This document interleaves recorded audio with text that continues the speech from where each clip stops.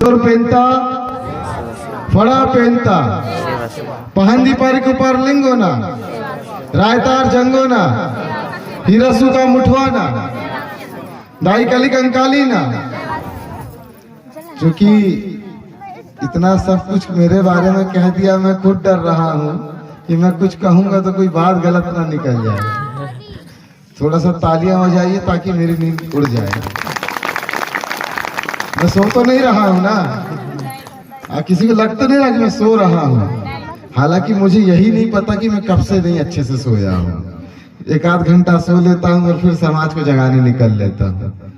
वैसे यहाँ अपेक्षित तो नहीं था, परंतु बहन ने बोली कि दादा आप सतना तक आए हो और सतना से अब हमको गांव जाना है, गांव हमको पता नहीं है, ऐसा सुने हैं कि आप जबलपुर में पैदा हुए थे। मैंने कहा हाँ, किसने बताया? कहते आपकी जाति जन्म प्रमाण पत्र में। मैंने कहा अच्छी बात है, मगर आधे से ज्यादा लोगों को पता नहीं है कि मैं सिवनी का हूँ कि जबलपुर का हूँ। वही मैं पैदा हुआ था, मेडिकल है वही नरा गड़ा है मेरा। तो और उसके बाद अभी जगदीश दादा बता रहे थे, हमारे सीनियर सर हैं, हॉस्टल में मैं अवैध रूप से घुस के रह रहा था उस समय। क्यों रह रहा था पता है? पीएमटी छात्रावास था। मैं भी एक लड़ाई लड़ रहा था। लड़ाई ये थी कि भाई हम पूरे आदिवासियों को, सिर्फ गरीब गरीब को एक तरफ पीएमटी में रख दिए हैं और जो पैसा जिनके पास है उनको पीएमटी में नहीं रखे हैं। उससे क्या हो रहा था कि ऐसा लगा कि सरकार कहीं ना कहीं आदिवासियों को दो टुकड़े में बांट रही है। कैसे बांट रही है? एक वो समाज जिसके पास पैसा आ गया है वो अलग रहे, और जो प्रेरणा का काम कर सकता है, जो मदद कर सकता है, जो पीछे पिछड़ गए हैं हमारे समाज के ही लोग, उनकी मदद कर सकता है, वो अलग रहे। तो कोशिश कर रहा था, एक युद्ध स्तर की तैयारी थी। और वो जगदीश सर हमारे बता रहे थे ना कि हमको क्यों मारे थे। उस समय वहां कोई गोंडवाना नहीं करता था, मैं अकेला था। मैं गोंडवाना करता था, रोज पढ़ती थी मेरे को। कई बार तो इसलिए पढ़ती थी, गोंडवाना का नाम लिया तो पट्ट से पढ़ती थी। कहते कहाँ गोंडवाना लगाए रखे हो करके। कभी मैंने बोल दिया कि भैया ये क्या है, यहाँ पे कहाँ जा रहे हो? उस समय ज्यादा बड़ा था नहीं, 2009 की बात है, 16-17 साल का था, कितना होगा। अब उस समय मैं बोल देता था कि भैया क्या, कहाँ जा रहे हो? ये दुर्गा मुर्गा चक्कर में। तो फिर पढ़ती थी, कहते थे क्या दुर्गा को मुर्गा बोला। अब क्या बोलता मैं? अब जो सीखूंगा वही तो बताऊंगा। अरे मैं सिवनी से आता हूँ भाई। सिवनी वो क्षेत्र है जहां से गोंडवाना आंदोलन की अलख जगी है। बहुत कम लोगों को पता होगा कि गोंडवाना आंदोलन को आत्मसात करने से पहले लोगों को हमारा इतिहास जानना होगा। आपको पता है हमारा इतिहास क्या है? क्या मैं बता सकता हूँ? आप लोग मुझे इतिहास बताने की अनुमति देंगे क्या? जोर से बोलिए, हाँ या नहीं? क्या अच्छा लूं या फिर नहीं लूं? ले लो। लूं या नहीं लूं? ले लो। बोलो, अरे जोर से बोलो। अरे वो जय माता दी वाला नहीं हो जाना चाहिए। देखो क्या है कि थोड़ी बहुत बातें बताना हूं तो इसलिए कुछ लोग बोल दी, जिसने नहीं की आवाज तो मुझे आई नहीं, इसलिए ले बोल लीजिए तो मैं ले लेता हूं। इतिहास की कक्षा गोंडवाना की कुछ इस प्रकार है जो आपके और जमाने भर के पाठशालाओं में नहीं पढ़ाई जाती। वो कक्षा इस प्रकार है कि हमारा गोंडियन इतिहास जो प्राचीन काल से कभी भी किसी लिखित दस्तावेज में उपलब्ध नहीं था, परंतु सीपीएन बरार ने उसे आरवी रसेल, जबलपुर जाते हो रसल चौक कितने लोग गए भैया बताइए जरा? सारे लड़के तो गए, समझ में आ गया क्यों गए थे रसल चौक। रसल चौक आरवी रसेल के नाम से है और आरवी रसेल ने वहां पे गोंडवाना के बारे में असली बात लिखी थी और उस पे शोध करने वाले हमारे गोंडियन एक से एक जितने भी इतिहासकार हैं, उन्होंने रंगेल सिंह भलावी पाटालियार जो कि सिवनी के थे, उनके पाटाओं के संग्रह का अध्ययन किया और उनके पाटाओं के संग्रह को अध्ययन करने के बाद आचार्य मोतीराम कंगाली जी जो दाएं तरफ दिख रहे हैं, दादा हीरा सिंह मरकाम जी के बाएं तरफ दिख रहे कि नहीं मेरे हाथ की बाएं तरफ आचार्य मोतीराम कंगाली जी ने रंगेल सिंह भलावी जी पाटालीर के पाटा संग्रह का अध्ययन किया और उस अध्ययन के उपरांत उन्होंने फिर बाणासुर मर्सकोले के माध्यम से और हमारे बहुत से कोया पुनेमी, मुठवा पुनेमी के माध्यम से, गोंडी पुनेमियों के माध्यम से उस लोहगढ़ को, उस कच्चारगढ़ को ढूंढने का वहां से एक नियम का आरंभ किया और उसके बाद बाणासुर मर्सकोले जी वगैरह ने अपनी एक टीम बना के उन खोजी दल ने जाकर कचारगढ़ को ढूंढा, जो कि किसी ने देखा नहीं था, सिर्फ पाटा में सुना हुआ था। भूमक दादा यहाँ पे हो तो अगर मेरी बात कहीं पे गलत हो तो बताना जरूर, क्योंकि नया बच्चा हूँ, पुराना नहीं हूँ। पुराने चावल कोदो कुट की ज्यादा अच्छे होते हैं, नए वाले नहीं होते ना, तो हम बच्चे होते हैं, ठीक है।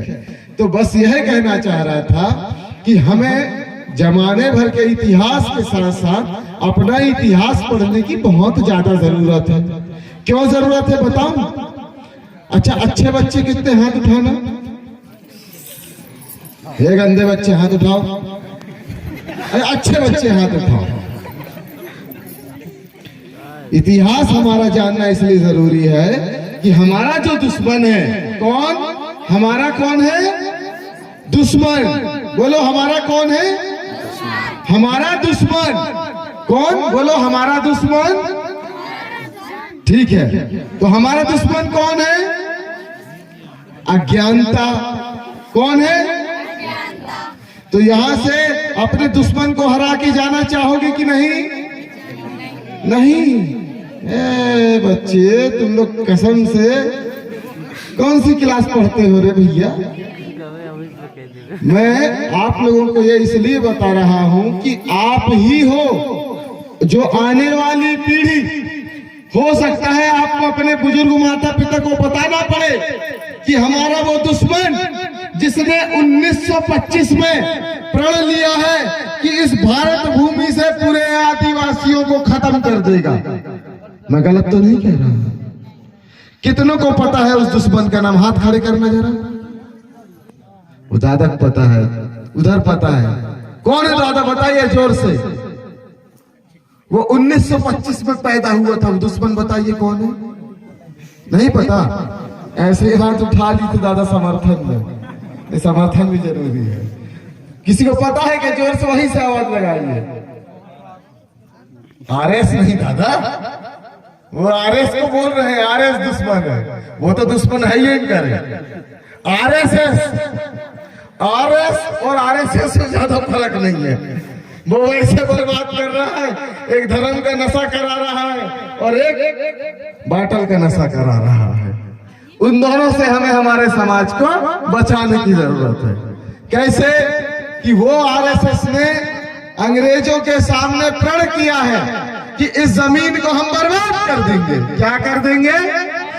इस जमीन को हम बर्बाद कर देंगे। जिस राम को श्रीलंका में कोई नहीं जानता, जहां पे रावण को श्रीलंका में कोई नहीं जानता, वहां पे सीता को कोई नहीं जानता।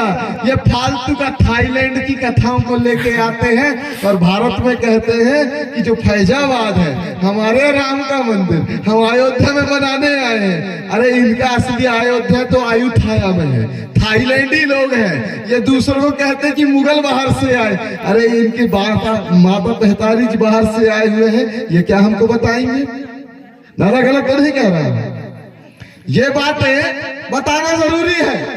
अरे किसको तुम अपना कह रहे हो? राम नहीं, वो हराम है। वो राम नहीं, हराम है। कैसे तुम्हारा जीना हराम है? अभी तुम्हारे बगल वाले गांव पे आधे से ज्यादा लोगों के वहां पे बाढ़ लगा दिया वन विभाग वाला। वो राम आया बचाने तुम्हारी जमीन को? क्या आया? क्या इतने साल से वो सीताराम सीताराम करते रहे, वो सीता देते रहे, वो आया क्या बचाने? तुम्हारे को यहाँ तकलीफ हुई, तुम्हारे के यहाँ पर लड़के बच्चे को अगर चोट लग गई तो आया क्या? अरे जो अपनी बीवी को नहीं बचा पाया वो तुमको क्या बचाएगा? वो की बीवी को उठा के ले गए, वो तुमको क्या बचा पाएगा? तो मैं बस इतना कहना चाहता हूँ कि हमको जमाने भर की बातों में घूमने फिरने से अच्छा है पहले हम अपने पुरखों की बातों को याद रखें।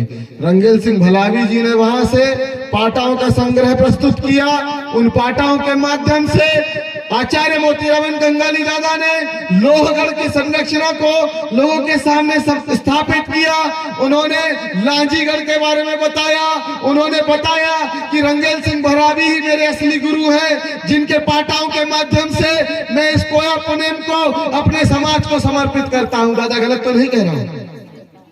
बस वहां पे एक चीज मक्कारी रह गई कि कोया पुनेम तो आ गया, अब क्या बात है मुठुआ पुनेम कहां गया?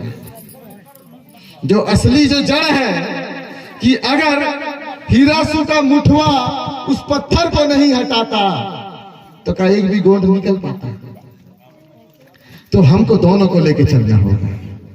हमको पानाल गोंड को भी लेके चलना होगा, हमको नेलकी गोंड को भी लेके चलना होगा, हमें कोयतुर गोंड को भी लेके चलना होगा, हमको बैगा गोंड को भी लेके चलना होगा, तब जाके गोंडवाना सार्थक होगा। ऐसा मेरा विचार है।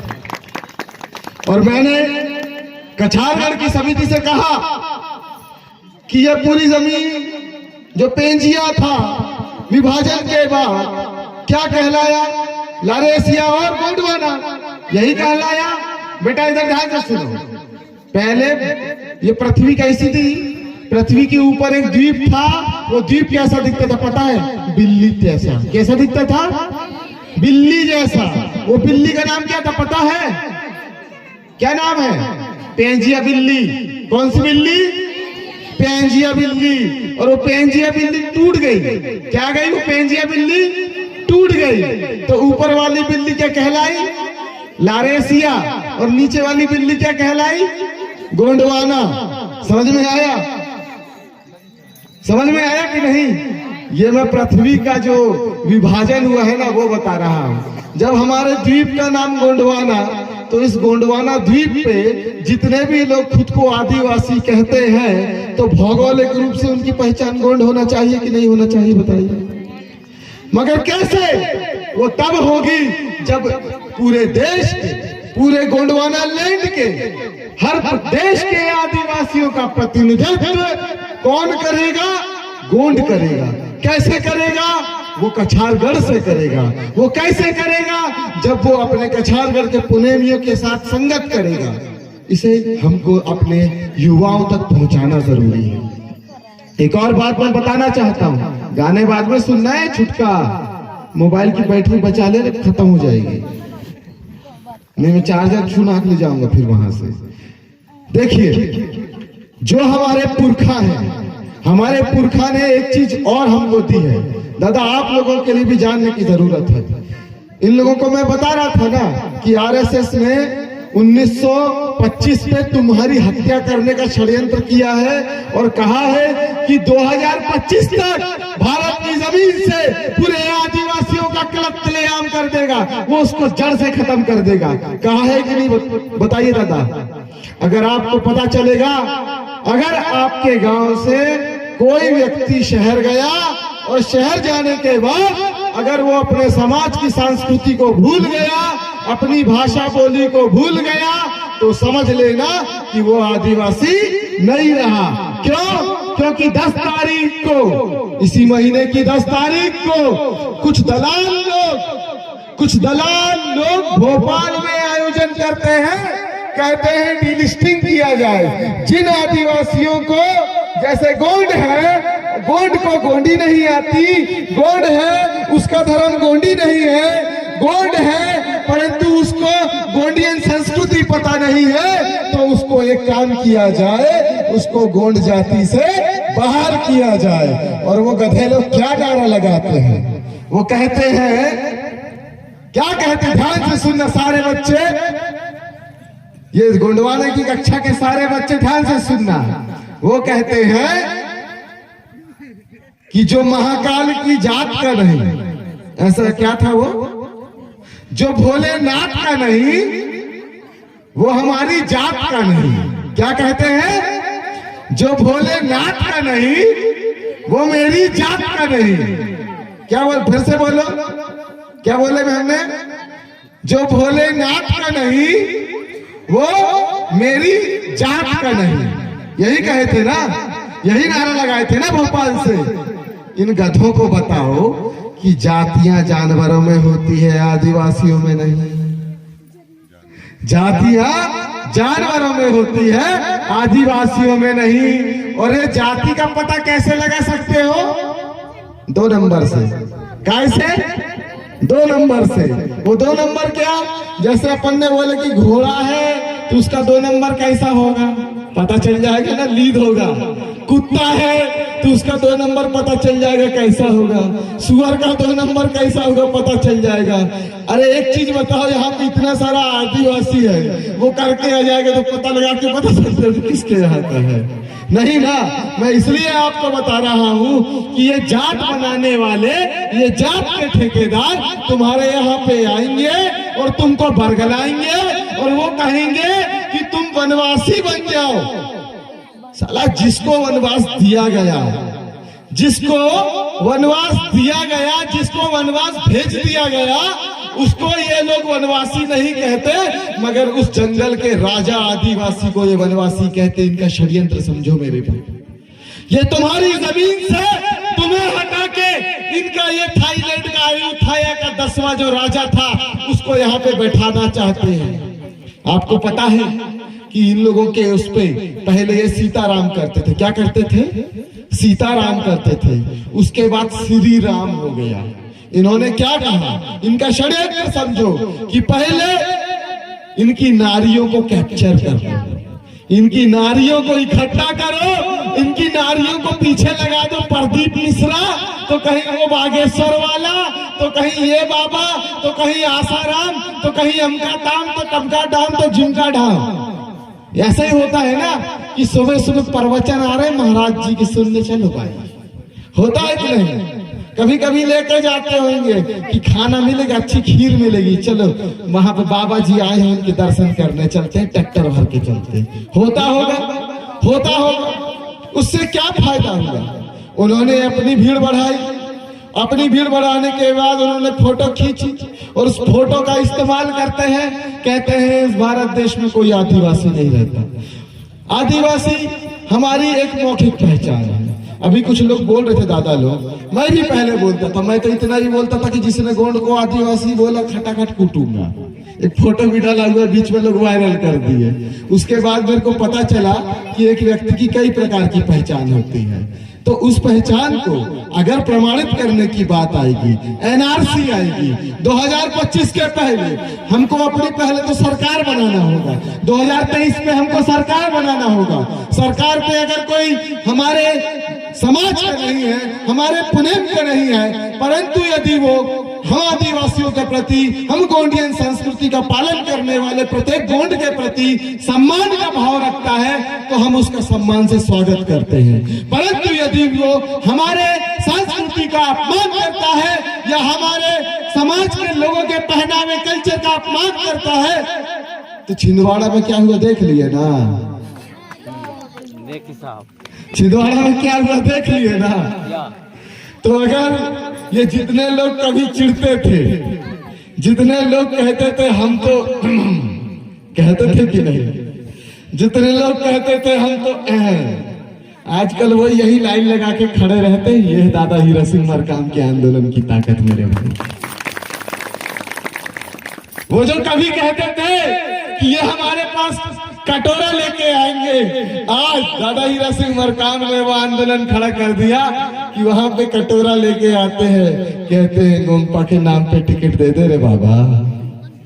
क्या कहते हैं? गोंगपा के नाम पे टिकट दे दो रे बाबा।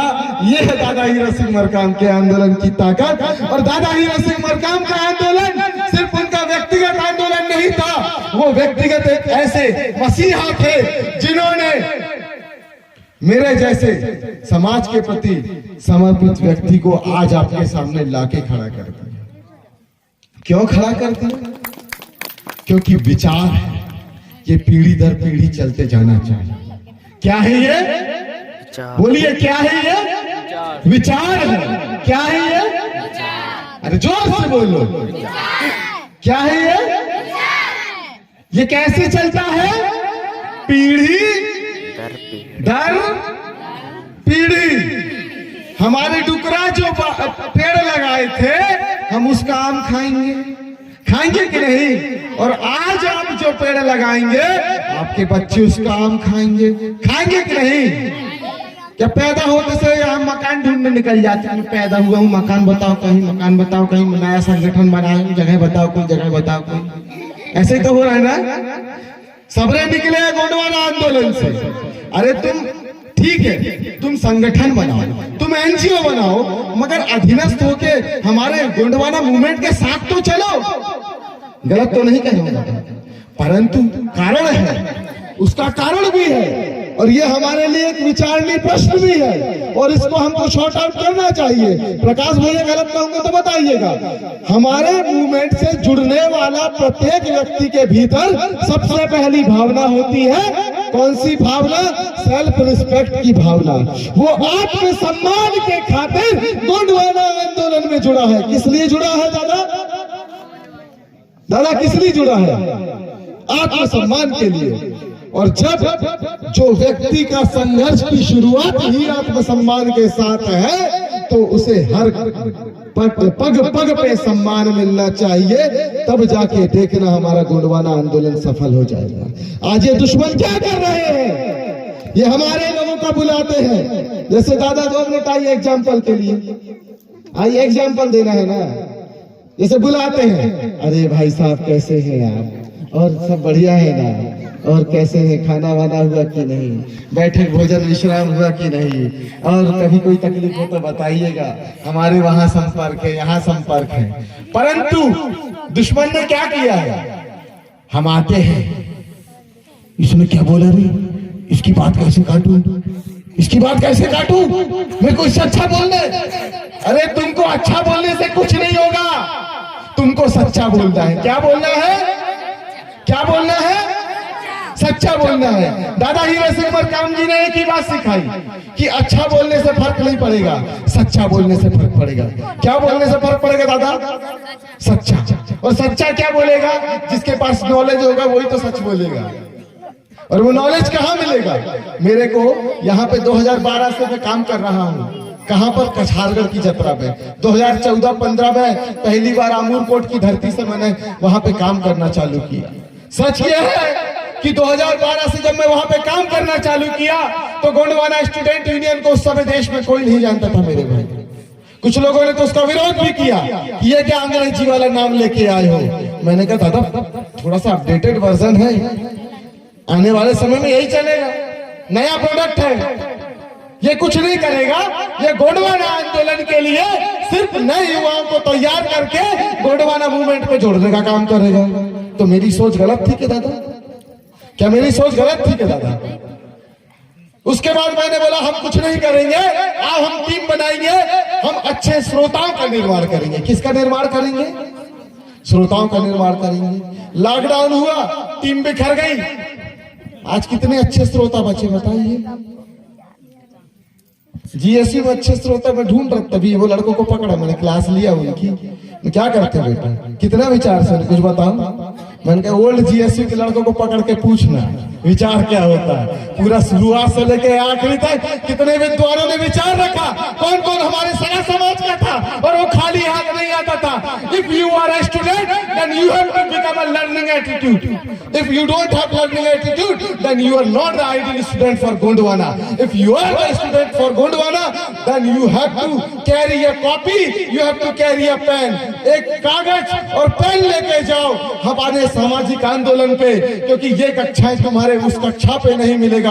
ये तुम्हारा एनआरसी की पढ़ाई यहाँ पे चल रही है। जब एनआरसी का इम्तिहान होगा, जब तुम्हारे यहाँ पे जनगणना होगी, उस समय तुम्हें यही चीज बचाएगी और कोई और चीज नहीं बचा सकती। इस बात को समझ के जाओ। आज जितने जीएसयू वाले अगर वीडियो के माध्यम से हो या फिर इस मंच पे यहाँ पर मंच के माध्यम से मुझे सुन रहे हैं कि कल से अगर तुम एक बाप और एक बात वाले हो, असल गोंडवाना वाले हो, तो तुम्हारे हाथ में एक कॉपी होना चाहिए, जो सिर्फ गोंडवाना की एक कॉपी होना चाहिए, और उसमें तुम्हारे गोंडवाना के हर एक कार्यकर्ता का पता, नाम और नंबर होना चाहिए। तब जाके तुम आदर्श स्टूडेंट कहलाओगे, वरना नाचने कूदने के लिए हम किराए से बाहर से भी बुला सकते हैं। तालियां नहीं बजेंगी, मुझे पता है, डांट रहा हूं ना। मैं मजा देने थोड़ी ना आया हूं भाई, ज्ञान देने आया हूं। ज्ञान के लिए तालियां नहीं, सोच लगती है। क्योंकि दादा मरकाम का जब उद्बोधन चलता था, आप लोगों ने क्या ही अटेंड किया होगा। उद्बोधन के बाद दूसरे दिन हमारी सुबह वहां पे कक्षा लगती थी। जब सुबह 7 बजे से बैठालते थे दादा, वहां से जब 5 बजे जाते थे, फ्रेश होके खाना और उधर से सब आ जाते थे। उसके बाद जब 7 बजे बैठते थे, यहाँ पे गोंडपा के पुराने हमारे दादा लोग हैं, उनको पता होगा, जब 7 बजे बैठते थे तो 12 बजे उठते थे। जब 7 बजे बैठते थे 12 बजे उठते थे, और 12 के बाद निर्णय देते थे कि जितने बैठे हैं ना वही असली गोंडवाना के रक्त बीज है, बाकी तो चलेगा। और जाने वाले को कौन रोक पाया। तो यही दादा का विचार है। दादा ने कहा कि गोंडवाना आंदोलन को मजबूत करना है तो ज्यादा बड़ी बात नहीं, 1 मुट्ठी चावल और 10 रुपया हर आयोजन पे लेके जाओ। और उसके साथ दादा ने कहा कि गोंडवाना आंदोलन में काम कर रहे हर एक कार्यकर्ता को 1 to 10 फार्मूला के साथ साथ उसको यह निश्चित करना है कि उसके क्षेत्र पे अगर कोई व्यक्ति जो गोंडवाना आंदोलन का कार्य करता है, जाता है, तो उसको कुछ नहीं 2 रोटी प्यार से खिला दे और उसके आने जाने की व्यवस्था करा दे। यही हमारा गोंडवाना आंदोलन वहां से तैयार हुआ था, जो 1 मुट्ठी चावल से तैयार हुआ था। जिन लोगों ने फॉलो किया इस फार्मूले को, वो है डोंगरगढ़। उन लोगों ने गोंडवाना बैंक में 7 करोड़ रुपया इकट्ठा कर लिया। कितना इकट्ठा कर लिया? 7 करोड़ रुपया।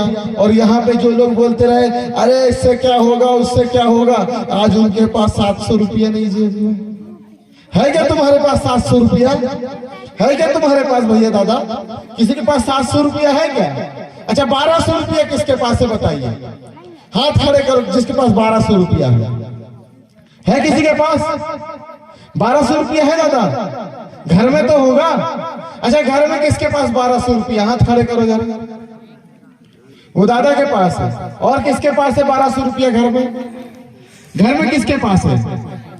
अच्छा दादा, कल आप वर्ष 2023 की गोंडवाना गणतंत्र पार्टी की सक्रिय सदस्यता ले लीजिएगा, क्योंकि हमें मिशन को सक्सेस बनाना है, हमें मिशन को सफल बनाना है। एक बात और पूछूंगा, मेरे समाज की जन्मदाता जो हमारी माताएं हैं, उनके लिए एक अनुरोध है। माता जी, अगर आप तक मेरी आवाज जा रही है, अभी हमारे मुख्यमंत्री ने एक योजना आरंभ की है। क्या नाम है उस योजना का? 1000 रुपये वाली लाडली बहना योजना। ठीक है, लाडली बहना योजना आपके लिए 200 रुपया डिस्काउंट। गोंडवाना गणतंत्र पार्टी की सरकार बनती है तो वो 1000 रुपया के सामने 1 शून्य और लगाइए, वही योजना रहेगी, बस शून्य बढ़ जाएगा। बस आपको करना यह होगा, जितने हमारे समाज की लाडली कौन सी योजना बहना है, उनको एक बात जाके कहना है कि वो 1000 रुपया वार्षिक सदस्यता के लिए 2023 में गोंडवाना गणतंत्र पार्टी के लिए तैयार कर। और सदस्यता मिशन चलाना है ना, इज्जत बचाना है ना, आंदोलन खड़ा करना है ना, समाज की इज्जत की परवाह है ना, बच्चों के लिए अच्छे से पाठशाला बनाना है ना। कहां से होगा? कहां से होगा? रास्ता बता सकता हूं भैया, जितनी हैसियत है वही कर सकता हूं। क्योंकि दादा मरकाम ने मेरे को एक ही चीज बताया कि तुमको जीना है समाज के लिए, तो समाज के लिए जीते रहो और लोगों को जगाते रहो। और असल में जो मोटिवेशन की बात करते, कुछ नवयुवक कहते हैं हमको मोटिवेशन अच्छा लगता है। अरे असली मोटिवेशन तुम्हारी बेइज्जती से होगा। जिंदगी में 10 बार बेइज्जती कराओ। कितनी बार? 10 बार। 11वीं बार तुम्हारी बेइज्जती नहीं होगी, ऑटोमेटिक तुम्हारी इज्जत होना चालू हो जाएगी। आओ मंच में खड़े हो, 10 बार बेइज्जती कराओ। नहीं बन रहा है फिर भी बोलो, नहीं जुड़ रहा है कोई व्यक्ति, 10 बार बोलो कि जुड़ जा जुड़ जा जुड़ जा। 11वीं बार वो तुमसे जुड़ जाएगा। वो है असली मोटिवेशन। और ये मैं इसलिए कह रहा हूं कि आज कहीं ना कहीं हम बड़े बड़े ब्रांड नेम लेके चलते हैं। 2023 में मेरी जनवरी में सदस्यता फिर से हुई, नवीन सदस्यता सक्रिय सदस्य के रूप में 1 to 10 फार्मूला में बहुत पहले से 12-13 साल से सदस्य हुई, परंतु इस साल मेरी 1200 रुपए वाली सदस्यता हुई। उस सदस्यता के उपरांत निरंतर मुझे कहा जा रहा है कि आप पद ले लें। मैंने कहा दादा, जो पार्टी का मेमोरेंडम है, जब तक मैं 1000 कार्यकर्ता नहीं बनाऊंगा तब तक मैं पद के लिए लेने भी नहीं आऊंगा। और हो सके तो हम एक अनुशासन का निर्माण करें कि जिसके पास 1000 कार्यकर्ता सक्रिय 1200 सदस्यता वाले हैं, उन्हीं लोगों को पदाधिकारी बनाया जाए, बाकी लोगों को घर में बैठाया जाए, और जो अनुशासनहीनता करे उसको 1 महीने के लिए कछारगढ़ की सेवा देने के साथ साथ गोटुल में वृक्षारोपण के लिए भेज दिया जाए, तब जाके हम गोंडवाना को यहाँ से सफल कर पाएंगे। मेरे भाई, क्या लगता था कि शांत रहेंगे? क्या लगता था कि दादा मरकाम चले गए तो हम बिखर जाएंगे? अरे दादा, मरकाम के एक चीज आपको याद होगा कि हम लोग एनिमिस्ट हैं। क्या है? हम लोग एनिमिस्ट हैं। हम लोग अपने आत्माओं को पूछते हैं, अपने पुरखों की आत्माओं को पूछते हैं। हम आदिवासी लोग, हम मूल निवासी लोग, हम गोंडियन लोग एकमात्र हमारा समाज है जिसके पास सांस्कृतिक विरासत है। इस देश के अंदर किसी और समाज के पास सांस्कृतिक विरासत नहीं है जो कह सके कि हमारी उत्पत्ति इस स्थान से हुई है। सिर्फ गोंडियन समाज है, और इसी को सारे देश के साथ साथ पूरे विश्व के आदिवासियों का प्रतिनिधित्व करना है। इस बात को समझिए, और ये तब संभव होगा जब हम अपने पूरे कस्टम ट्रेडिशन को इंप्लीमेंट करने के लिए मोहब्बत के साथ लोगों के बीच जाए। ऐसा नहीं तुम नहीं मानते तो हम तुमसे लड़ेंगे। अरे ठीक है ना भैया, वो इतने साल से बेवकूफ बना था, धीरे धीरे सुधर जाएगा। आज मैं इधर पे अपना विचार रख पा रहा हूं तो इस मुकाम पे पहुंचने के लिए भी तो मुझे 12-13 साल लगे। पहली, दूसरी, तीसरी, चौथी, 5वीं, 6वीं, 7वीं, 8वीं, 9वीं, 10वीं, 11वीं, 12वीं पूरी हो गई। उसके बाद में जाके यहाँ पे विचार रख पा रहा हूँ। तो मैं ये कहना चाहता हूँ कि मेरे को गोंडवाना की शिक्षा 10वीं के बाद मिलना चालू हुई। तो ये काम करते हैं ना, अपन अपने बच्चों को पहली से शिक्षा देना चालू कर दे। तो जब वो 18 साल का पहला वोटर बनेगा तो पहला वोट उसका कहाँ जाएगा? गोंडवाना गणतंत्र पार्टी के आरी के चुनाव चिन्ह में जाएगा। तो फिर काहे का भाजपा कांग्रेस से लड़ने का डर? अरे भाजपा कांग्रेस से डर ही नहीं है अपने को।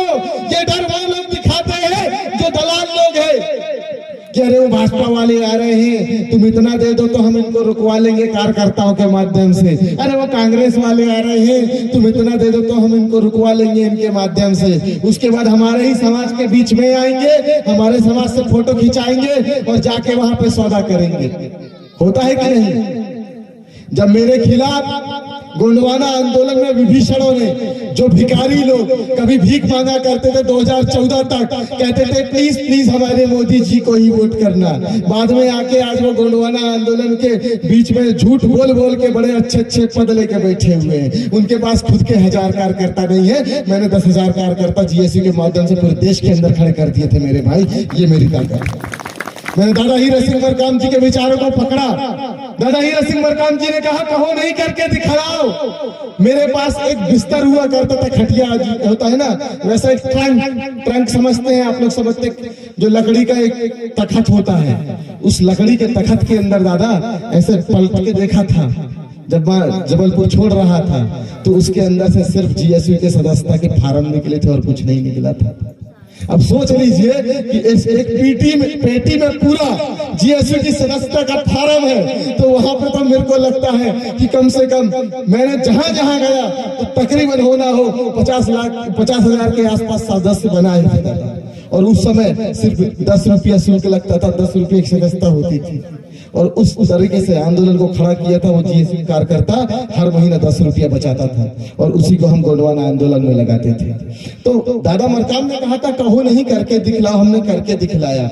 और जब हम करके दिखलाए तो हमने आलम ये कर दिए कि जिस दिन इन्होंने रानी दुर्गावती को गोंडवाना की जगह गोंडवन की रानी कहा, तो हमने इनके पहले पोस्टर पोत दिए कि गोंडवन नहीं, 2 आ की मात्रा लगाएंगे। लाओ जीएसटी कार्यकर्ता सब लोग आ जाओ, 2 पैंट लेके आओ, सफेद वाला पैंट लेके आओ, पोतते जाओ पोतते जाओ पोतते जाओ, जहां पे पैंट खत्म हुआ अब नीचे से पोस्टर फाड़ते जाओ फाड़ते जाओ फाड़ते जाओ। ये काम किया, आरएसएस की हिट लिस्ट में आ गया। अरे ये लड़का बहुत आगे काम कर रहा है, अब गोंडवाना के अंदर अपने लोगों को डालो। अगर इस लड़के के हाथ में नेतृत्व रहा तो आने वाले समय में गोंडवाना के युवाओं का आंदोलन इतना मजबूत हो जाएगा कि आरएसएस को यहाँ से छुट्टी कर देगा।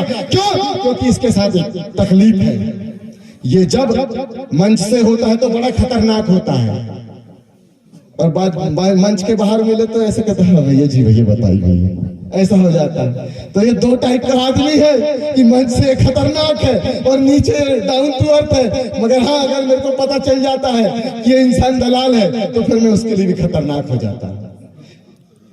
क्यों? कारण है, ये लोग बैरियर बनाते हैं। क्या बनाते हैं?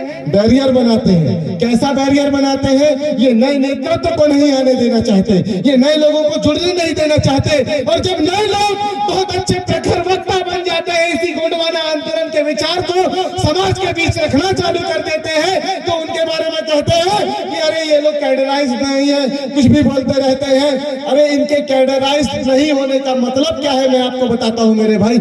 ये वही लोग हैं जिनको डर लगता है, अरे हमसे अच्छा आ गया तो हमारा क्या होगा। ये वही लोग हैं, ये वही लोग हैं, कहते हैं हमसे अच्छा आ गया तो हमारा क्या होगा। अरे चिंता मत करिए भैया, मेरे दादा हीरा सिंह मरकाम जी के काडर का जो व्यक्ति है ना, जो असली काडर का व्यक्ति है, जो होटल और बोतल से फ्री रहने वाला व्यक्ति है, वो व्यक्ति जानता है क्या होगा। मिशन खड़ा होगा और कुछ नहीं होगा। जितने बाटल छाप लोग हैं वही कहते हैं कि हमसे अच्छा बोलने वाला आ गया तो क्या होगा। और इस बार 2023 में जितने लोग हमारे आदिवासी समाज को गुमराह करने का काम कर रहे हैं, जो आरएसएस, बीजेपी, कांग्रेस किसी के इशारे में काम कर रहे हैं, उनको भी हम इस बार उखाड़ेंगे और तरीके से उखाड़ेंगे, क्योंकि जब तक तोड़ेंगे नहीं तब तक छोड़ेंगे नहीं। और इस बार गोंडवाना की सरकार बना के रहेंगे। क्यों मेरे भाई? क्योंकि इतने सालों से ये हमारी आखिरी लड़ाई है। कौन सी लड़ाई है? हमारी आखिरी लड़ाई है। क्योंकि अगर यदि 2025 आया तो ये लोग हिंदू राष्ट्र बनाएंगे, और हिंदू राष्ट्र का सीधा मतलब है कि तुम्हें नीच जात का बना के तुम्हारे सर पे ये क्या कहते हैं, तरिया क्या बोलते हैं यहाँ पे? नहीं, चप्पल क्या बोलते हैं? तरिया कहते हैं ना, हमारे तरिया कहते हैं। तुम्हारे सर में चप्पल रखवाएंगे, तुम्हारे गले में हंडी बंधवाएंगे और पिछवाड़े में झाड़ू लगवाएंगे। कहेंगे कि हिंदू धर्म के मुताबिक तुम ना तो ब्राह्मण हो, ना तो तुम क्षत्रिय हो, ना तो तुम वैश्य हो, तुम हो क्या? शूद्र। और शूद्र मतलब क्या होता है? नीच जात का। क्या होता है? नीच जात का। ये षड्यंत्र ये लोग खेल रहे हैं। मैं आपको ये बात बताना इसलिए चाह रहा था क्योंकि अगर ये लोग सफल हो गए तो आज हमारे पुरखों ने सोने के सिक्के चलाए, हमारे पुरखों ने हमारे लिए इतनी जमीनें इकट्ठी करके दी। आपको पता है इस भारत भूमि के सबसे रईस आदमी कौन है? वो है आदिवासी, वो है गोंड है। क्यों? क्योंकि उसकी जमीन के अंदर क्या है? उसके जमीन के अंदर देश के दूसरे सबसे बड़े अमीर आदमी की नजर है। क्या है? अमीर आदमी की नजर है। और कुछ उन्हीं नजर लगाने वालों के एजेंट बन के हमारे बीच में घुसाते हैं। उनको भी हम तरीके इस बार तैयार कर देंगे। मैं कहता हूं मेरे भाई, लोग कहते हैं कि चंदा लेके प्रोग्राम करते। अरे मेरे भाई, सौदा तो नहीं करते। अभी आया हूँ यहाँ पे, डंके की चोट पे बोलूंगा दादा लाओ 100 रुपया दो यार, मेरे को 1000 रुपये का पेट्रोल डलाऊंगा, अगला प्रोग्राम करने जाऊंगा। मैं जाके किसी नेता से तो नहीं बोल रहा ना कि दादा मेरे पास इतनी भीड़ है, लाओ मेरे को 10,000 दो, मैं भीड़ को तुम्हारे समर्थन में लाऊंगा। अब वो 100 रुपया लेना अच्छा है या दलाली के 10,000 रुपया अच्छा है? बताइए दादा, कौन सी चीज अच्छा है? 100 रुपया अच्छा है ना? तो ये चीज करके हम आंदोलन को खड़ा कर सकते हैं, और इतना हमारा समाज का व्यक्ति हर एक दूसरे व्यक्ति के लिए कर सकता है, ना कि दलाली करने की जरूरत हमको पड़ेगी। और दादा हीरा सिंह मरकाम का मूवमेंट जो है, अरे इतना ही दलाली करना है ना तो अपने गांव में जाओ और गांव में जाके सब्जी इकट्ठी करो और सब्जी को मंडी में लेके आओ और यहाँ से सस्ते दाम पे ले जाकर महंगे दाम में खींचो। वहां पे जब बेचोगे तो वहां से आए हुए पैसे की दलाली करो ना, वो पैसा तो अलाउ भी करता है। दलाली करो तो थोड़ी सिद्धांत दलाली करो जो समाज को फायदा दे। यहाँ से गेहूं खरीदो और गेहूं को ऊंचे दाम में ले जाके बेचो, वो दलाली करो, व्यापारी सेट करो, वो दलाली करो, जिससे समाज को फायदा हो, आपको फायदा हो। इससे समाज को कुछ फायदा हो रहा है क्या? कि इतने साल से हम लोगों ने मूवमेंट चला के जमाने को खड़ा किया और मूवमेंट से माध्यम से युवाओं को खड़ा किया। आज यहाँ पे वीडियो दूर दूर तक जाता है, युवा यहाँ पे देखते हैं, उनके अंदर जोश आ जाता है, क्रांति आ जाती है। वो कहते हैं दादा हमको भी इसी तरीके से आगे अपनी बात को रखना है। हम कहते हैं स्वागत है आपका स्वागत है। जब वो लोग आते हैं और कहते हैं कि चलो हम लोग मूवमेंट चलाएंगे, अरे कैडर नहीं हुआ कहते हैं ये लोग। कैडर कहाँ से होगा भैया? आप कैडर में बैठा लिए तो आप कैडर का प्रशिक्षण का जो काम होता है दादा, वो पर्सनल उसको इन्विटेशन से होता है। आप कैडर में उसको बैठा लिए, उसका कैडर होगा तो वो मजबूत होगा और प्रशिक्षित होके वो समाज को जगाने का काम करेगा। परंतु यदि हम एक दूसरे पे इल्जाम लगाते रहेंगे तो कुछ नहीं हो पाएगा। इसलिए क्या है, प्रशिक्षण जरूरी है। और जितने लोग गोंडवाना की शाखा से निकल गए हैं, इधर उधर चले गए हैं, आप लोग सभी मेरा साथ दीजिएगा। जो लोग सीधे से आएंगे उनको सीधे से प्यार से लाएंगे, नहीं आएंगे तो हम क्लोरोफार्म सुंघा के लाएंगे, मगर उनको लाएंगे और गोटुल में रखेंगे और 1 महीने की पूरी ट्रेनिंग देंगे और कहेंगे कि तुम्हारी पहचान, तुम इधर उधर आए बाए कहीं भी चले जाओ, तुम्हारी पहचान एक ही रहेगी। कौन सी रहेगी दादा? कि तुम गोंडवाना के ही कार्यकर्ता हो। गलत बोल रहा हूँ दादा? जब मेरे को यहाँ से आइसोलेशन में भेज दिया, मेरे ही लोग मेरे खिलाफ काम करने लगे, उनको मेरे खिलाफ बरगला दिया। डर इस बात का था, वो डर कैसा था कि लोगों को लगा अरे यार ये बहुत बोलता है, ये बहुत ज्यादा बोलता है, ये बहुत तेज बोलता है। इस तरीके से वो लोगों ने, दुश्मन ने इनको भड़का दिया। तो इस दुश्मन ने जैसे भड़काया तो हमारे लोग अब कान के कच्चे और अकल से बच्चे कभी क्रांति कर सकते हैं क्या? कान के कच्चे और अकल से बच्चे कभी क्रांति कर सकते हैं क्या? तो ये कान से दादा मरकाम ने कहा, मेरा कोट ये शब्द नहीं है, ये दादा मरकाम के शब्द है कि कान से कच्चा और अकल से बच्चा कभी क्रांति नहीं कर सकता। तो इसलिए मैं कहना चाहता हूँ क्या करना होगा कि भैया ये सारे लोगों को इकट्ठा करना होगा, इकट्ठा करके मूवमेंट खड़ा करना होगा और कच्चे कान के नहीं मजबूत कान के लोगों को बैठाना होगा। जो व्यक्ति निरंतरता के साथ बैठकर प्रांगण में खड़े होकर आपका उद्बोधन नहीं सुन सकता, वो व्यक्ति क्रांति नहीं कर सकता। क्योंकि जब वो व्यक्ति अपनों को सुनना ही नहीं चाहता। आज मेरी बहन से मैंने पूछा मेरी कमी बता, वो कहती आप किसी की सुनते ही नहीं, वो कहती आप किसी की सुनते ही नहीं। मैंने बोला कहाँ पे, मेरे को वो एक्ट बता कहाँ पे मैंने किसी की नहीं सुना। अब मैंने बोला कि कोई जयराम जयराम बोलेगा तो मैं उसकी सुनूंगा क्या है? मैं तो एक ही चीज कहूंगा, मेरे साथ एक चीज बोल देना, जय लंकेश जय लंकेश। कितने लोग बोलोगे? बोलोगे जय लंकेश?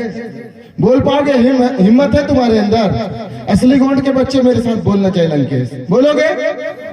एक ही नारा एक ही देश। अरे बोलो ना जय लंकेश। एक ही नारा एक ही देश, एक ही नारा एक ही देश। थोड़ा जोर से बोलो तो बच्चे लोग, इतनी ठंड लग रही है, तुमसे ज्यादा बुढ़ा तो हम लोग हो गए, तुम्हारे डबल उम्र के हैं, हमको ठंड नहीं लग रही तो पतला सा कपड़ा पहन के आए हैं। एक ही नारा एक ही देश, समझ में आ गया? तो हम तो जय लंकेश वाले हैं। काहे? हमारे पास 10 प्रकार का दिमाग है, हमारे पास भी 10 जगह घूमता है।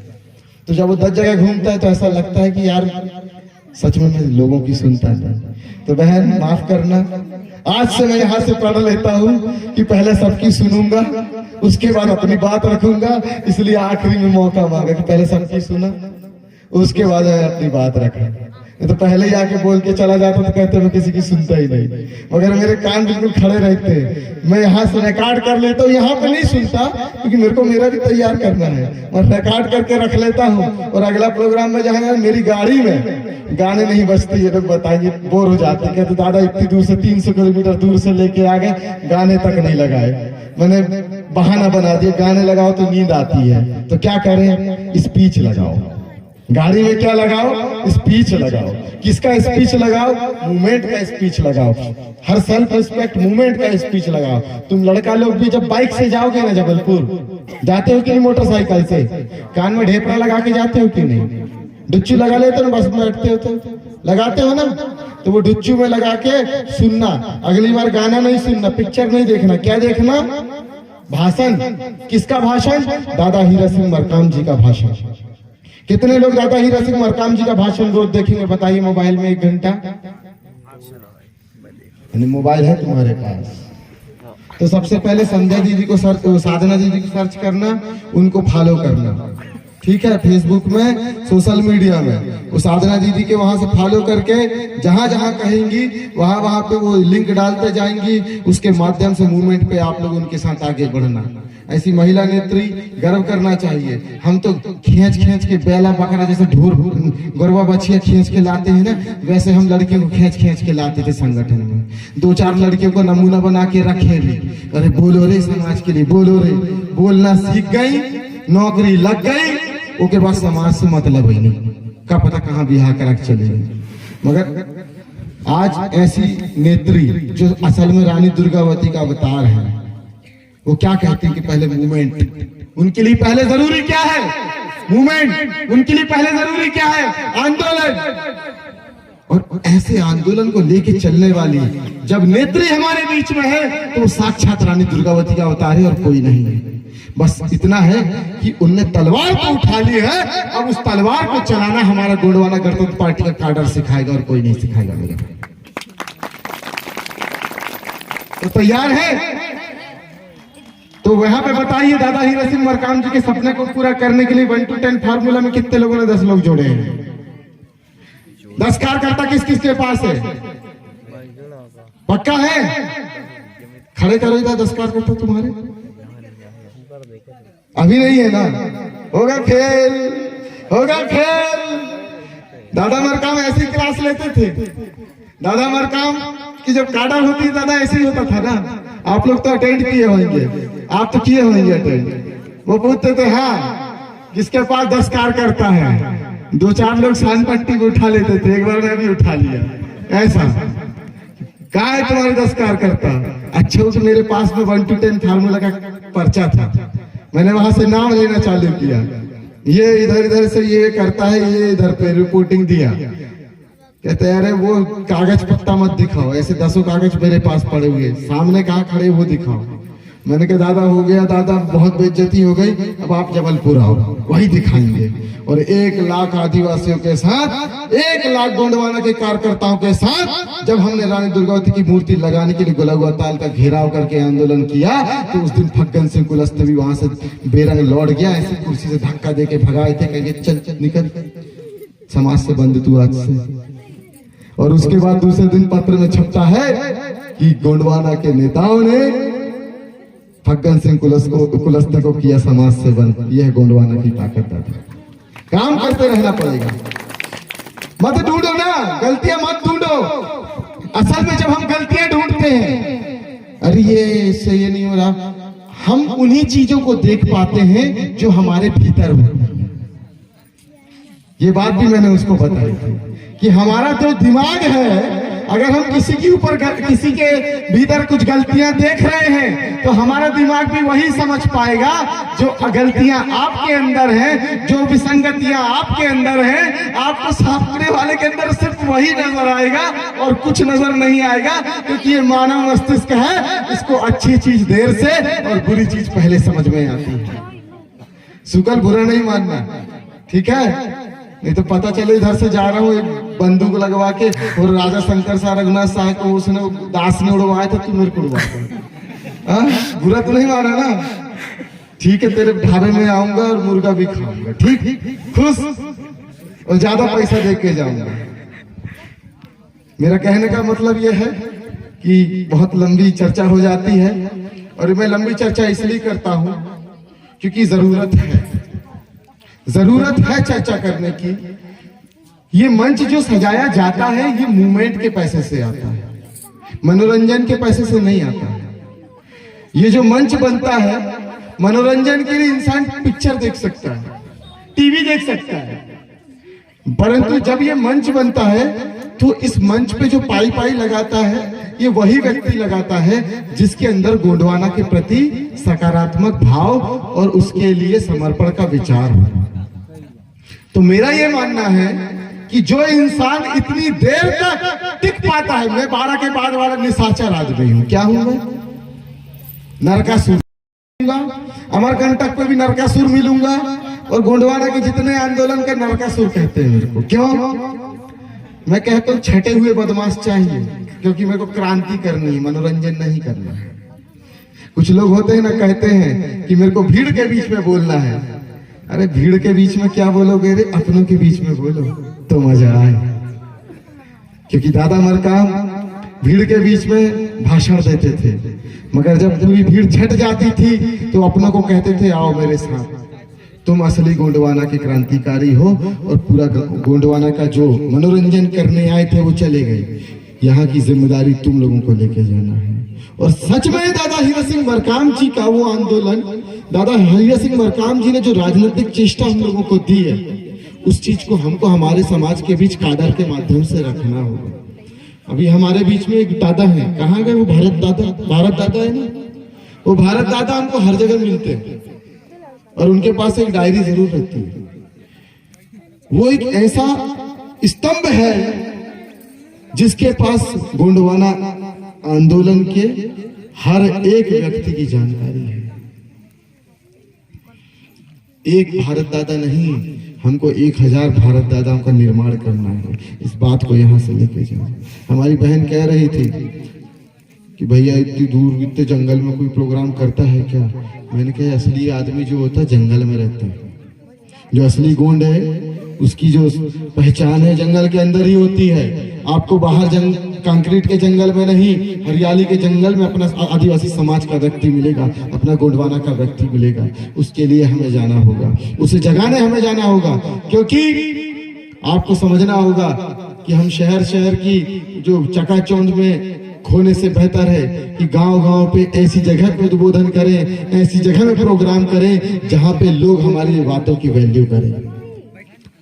शहर में प्रोग्राम होगा तो वहां पे शहरी लोग कब खत्म करेगा यार, मेरी बारी कब आएगा यार, ऐसा होता है। और जब गांव में प्रोग्राम होगा तो क्या होगा? नहीं, जगाओ, जितना दम है 12 साल से जितना तुमने सीखा है पूरा बताओ। इतना भी छूट गया तो तुम गोंडवाना का बच्चा नहीं। ये भावना होती है, क्योंकि मनोरंजन हो जाएगा, मनोरंजन होता जाएगा। दुश्मन चाहता है कि हम लोग मनोरंजन की तरफ मुड़ जाए, इसलिए ग्लैडसन टुंडुंग ने एक किताब लिखी। उस किताब में क्या लिखा कि आदिवासी विल नॉट डांस। जो हमारे नेताओं के सामने आदिवासी नहीं नाचेगा, आदिवासी मंच के ऊपर नहीं नाचेगा, क्योंकि आदिवासियों की परंपरा है। पता है कौन सी परंपरा? रेला की परंपरा है, कर्मा की परंपरा है। ददरिया चलता है तब नाचते हैं। तो ये हमारे कस्टम है, ये हमारा ट्रेडिशन है, रिकॉर्डिंग वाला नहीं है। ये बच्चों को सिखाइए ना मांदर कैसे बचती है। इनको नहीं सिखाएंगे तो ये भूल जाएंगे। जैसे हमारे गोंडवाना के ज्यादातर जितना गोंडवाना के समाज के, हमारे गोंडोला के जितने लोग हैं, उनकी दुर्दशा का कारण क्या है? हमारे अगर भूमक इस बात को सुन रहे तो उस चीज को समझिए कि जब गोंडवाना को जो हमारे गंड जीव हैं, 12 सगा पेन के 33 कोटम के जो बच्चे हैं, उनको उस पत्थर से आजाद कराने के लिए कौन सा हथियार लगा था? कीकरी। गलत कह रहा हूं दादा? सही, कीकरी बाना। पता है कि नहीं? कीकरी बाना लगा था। अब बताइए तुम्हारे देवाधामी में कितनी बार कीकरी बाना बजवाए हो? ये प्रोग्राम चालू हुआ, यहाँ पे हमने अपने देव पूजन किया। ऐसा नहीं है कि कीकरी बाना पता नहीं होगा। क्या यहाँ पे कीकरी बाना लेके कोई नेंगी आया? तो जब हमारा उत्पत्ति ही कीकरी बाना के युद्ध से हुआ है, तो जो इन लोगों के दिमाग में पत्थर जो अटका हुआ है मनुवाद का, वो भी तो कीकरी बाना से ही निकलेगा ना। निकलेगा कि नहीं दादा? तो आगामी जो हमारा यहाँ का प्रोग्राम हो, उसके लिए हम प्रण लें कि हम कीकरी बाना करें। और बहुत अच्छा लगा, बहुत भव्य लगा कि यहाँ के सरपंच साहब, धन्यवाद प्रेषित करता हूँ कि आपने इतना अच्छा प्रांगण यहाँ पे तैयार किया खैरोदाई के लिए। बस खैरोदाई के साथ साथ एक प्रण ले। बच्चे आप लोग यहाँ थोड़ी देर सुनना, शांत बैठ जाओ, बस बाद में बात कर लेना। कि हमारे उस पे एक नियम है, हमारे जो पुरखे हैं जिनको हम दफना देते हैं, उसके बाद उन पुरखों की आत्मा के विचार को लेके हम माघ पूर्णिमा में कछारगढ़ जाते हैं, जिसे गोंडों की मुक्ति स्थली कहा जाता है। गलत सही दादा? तो कछारगढ़ के वहां पे हम अपने जो पुरखे की आत्मा है वो दाई कली कंकालिन के पास छोड़ देते हैं कि अगर हमारे पुरखों की आत्मा के ऊपर कोई दूसरा प्रहार हुआ हो या वो कमजोर हुई हो तो वो आत्माएं यहाँ पे कछारगढ़ में दाई कली कंकालिन के ठाणे पे फिर से उनके आशीर्वाद से मजबूत हो जाए, क्योंकि हम एनिमिस्ट हैं। और ये आरवी रसेल ने भी लिखा है, हम आत्माओं को पूजने वाले लोग हैं। उसके बाद हमारे देव कहाँ रह जाते हैं? कछारगढ़ में रह जाते हैं। उसके बाद वहां से लेके चैत पूर्णिमा तक, कब तक दादा? चैत पूर्णिमा तक कोई शुभ काम नहीं होता। फागुन के महीने में कोई शुभ काम नहीं होता। उस समय आंदोलन होता रहता है परंतु कोई शुभ काम नहीं होता। मड़मिंग नहीं होती, जतरा नहीं होता, ठीक है। उसके बाद कोई भी उद्घाटन नहीं होता। अब जितने लोग इस फागुन के महीने में मड़मिंग किए हैं, अब देखो ना, जाके पता करना, कहीं का बच्चा नहीं हो रहा, किसी का कुछ नहीं हो रहा, कोई परेशान चल रहा है, हो गया है तो शैतान निकल गया है, बहुत परेशान कर रहा है, जीवन आर्थिक तंगी से गुजर रहा है। ये क्यों हो रहा है? क्योंकि हम अपना कस्टम ट्रेडिशन को फॉलो नहीं करें। उसके बाद चैत्र पूर्णिमा के दिन भीमाल पेन जाओ, और भीमाल पेन शक्ति है, और वहां की शक्ति से एक पत्थर लेके आओ और अपने खैरोदाई के ठाणे पे उस पत्थर को रखो। दुश्मन हमारे आदिवासियों को हमारी जमीन से लोहा निकाला, लोहे का त्रिशूल बनाया, हमसे हमारी जमीन छीन ली, और हमारी जमीन का जो लोहा है उसका त्रिशूल बना के हमको ही बेच रहा है। तो बेवकूफ कौन? खरीदने वाला या बेचने वाला? खरीदने वाला बेवकूफ है, वो हमको ही बेच रहा है और हम बड़े चाव से खरीद रहे हैं, और बेवकूफों की तरह कांधे में लेके जा रहे हैं कि बोल बम भोले, बम भोले, थोड़ा सा पी के भोले, थोड़ा सा पी के भोले, ऐसी कर रहे हैं ना। गांजा पी ले, दारू पी ले, बम भोले। और इस बात को कि आप बेवकूफ बने रहे, इसलिए हमारा जो नरका पंडुम है, शंभू नरका पंडुम है, उस शंभू नरका पंडुम को इन्होंने शिवरात्रि बना दिया। क्या बना दिया? शिवरात्रि। उस शिवरात्रि बनाने के बाद वो हमारे ही लोगों को क्या बोलते हैं? अरे आप तो महादेव के भक्त हैं, आप तो बड़ा देव तो जय है। क्या को तुम होते कौन हो रहे बताने वाले कि महादेव कौन है और बड़ा देव कौन है? महादेव तुम्हारा एजेंट है और बड़ा देव का कोई आकार नहीं होता। वो फड़ा पेन है, परम शक्ति परमेश्वर है, उसका कोई आकार नहीं होता। तो ये क्या तुमने लिंग रख दिया सामने? काय को छुएगा? हम लोग नहीं छूता, हम क्या को छुएगा? हम शुद्ध आदमी हैं, हम काय को छुएगा? तो मेरे कहने का मतलब यह है कि हम भीमाल पेन से उनके भाई को लेके आए। किन के भाई को? अपनी खैरोदाई के भाई भीमाल पेन है, वहां से उनको लेके आए और उनका सुमरनी पाटा किकरीवाना से करवाए। मैं बता रहा हूं कि रातों रात वो जादू होना चालू हो जाएगा, आपके गांव की सूरत बदलनी चालू हो जाएगी, शक्ति तैयार हो जाएगी। इसी के साथ बस मैं इतना कहूंगा कि अब ज्यादा हो रहा है। हमारे समाज के अंदर अब बैठने की क्षमता खत्म हो चुकी है, अपनों के साथ रहने की क्षमता खत्म हो चुकी है। परंतु एक बात पूछूंगा, कितने लोग कार्डर लेना चाहते हैं? हाथ खड़े करें। कितने लोग गोंडवाना का कार्डर लेना चाहते हैं? बताइए। या 18 से नीचे वाले हाथ नीचे रखो, अभी 18 से ऊपर वाले बताओ। 8 साल वालों नहीं बता भैया दादा, 18 वासी वालों नहीं, 18 साल से ऊपर जो कैडर लेना चाहते तो उन खड़े हो जाओ, खड़े हो ना अपनी अपनी जगह में। मैं देखो तो जरा, अब हाथ खड़े करो कि कौन कौन कैडर लेना चाहते हैं। मैं पार्टी के जो वरिष्ठ पदाधिकारी हैं, आप अपना नाम, पता, नंबर मुझे नोट करा देना। मैं उन तक आपका डिटेल्स पहुंचा दूंगा, क्योंकि आने वाले समय में 2-3 महीने के अंदर पदाधिकारी सिर्फ वही रहेगा जिसके पास कार्डर होगा, उसके साथ साथ 1000 कार्यकर्ता। ये फालतू के लोग नहीं चाहिए कि 4 लड़के अपने पीछे घुमा रहे हैं, दारू पिला कर कह रहे हैं मैं नेता रे बढ़ता बड़ा। तुम नेता हो तो दिखाओ ना तुम्हारा लाओ लश्कर। तुम राष्ट्रीय अध्यक्ष हो, महासचिव कछु, तो तुम्हारी भीड़ तो दिखाओ। तुम जे प्रकोष्ठ के वो प्रकोष्ठ के, तुम्हारा प्रकोष्ठ तुम्हारे पीछे चलना चाहिए। ये बात रिकॉर्ड नहीं करना है, काट देना। ये कार्डर लेवल की बातें हैं, क्योंकि दिल दुखता है। ये हम लोगों का मंच है और हम लोगों के, हमारे गोंडों का मंच है। ये मरकाम टेकाम उल्के पट्टा, हमारा कुसरे, हमारे, और यहाँ पे एक दो सरनेम और एडॉन में है, क्या कहते हैं वो, टेमरे, पनिका, ये हम लोगों का मंच है। बाकी तुम लोग हमारे समर्थन में आए हो, हमारे सर में बैठ के ना तांडव मत करो, नहीं तो छिंदवाड़ा जैसा तांडव होगा। समझदार लोग समझ गए होंगे। तो बस मैं इतना कहना चाहता हूं कि जब भी आप किसी आंदोलन पे जाएं, आयोजन पे जाएं, तो विचार को लेने जाएं, क्योंकि यही विचार है जो आपको